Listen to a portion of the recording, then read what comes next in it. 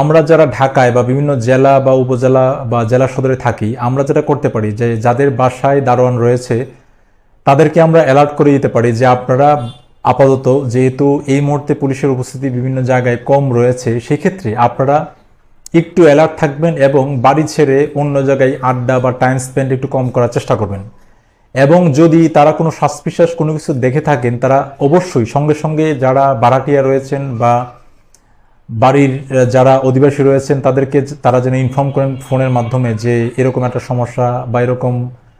সন্দেহজনক লোকজনদের আনাগোনা আমরা দেখতে পাচ্ছি। এবং রাতে ঘুমানোর আগে নিশ্চয়ই আপনারা আপনাদের দরজা জানালা যেগুলো অবশ্যই লাগিয়ে ঘুমানো উচিত সেগুলো আপনারা অবশ্যই লাগিয়ে ঘুমাবেন। এবং আপনারা নিশ্চয়ই জানেন যে বাংলাদেশ সেনাবাহিনীর পক্ষ থেকে তারা কয়েকটি মোবাইল ফোন বা বিভিন্ন তাদের যে দপ্তরের যারা অফিসাররা রয়েছেন তাদের নাম্বার তারা গণমাধ্যমে দিয়েছেন, আপনারা সেই নাম্বারগুলো সংগ্রহ করে রাখবেন।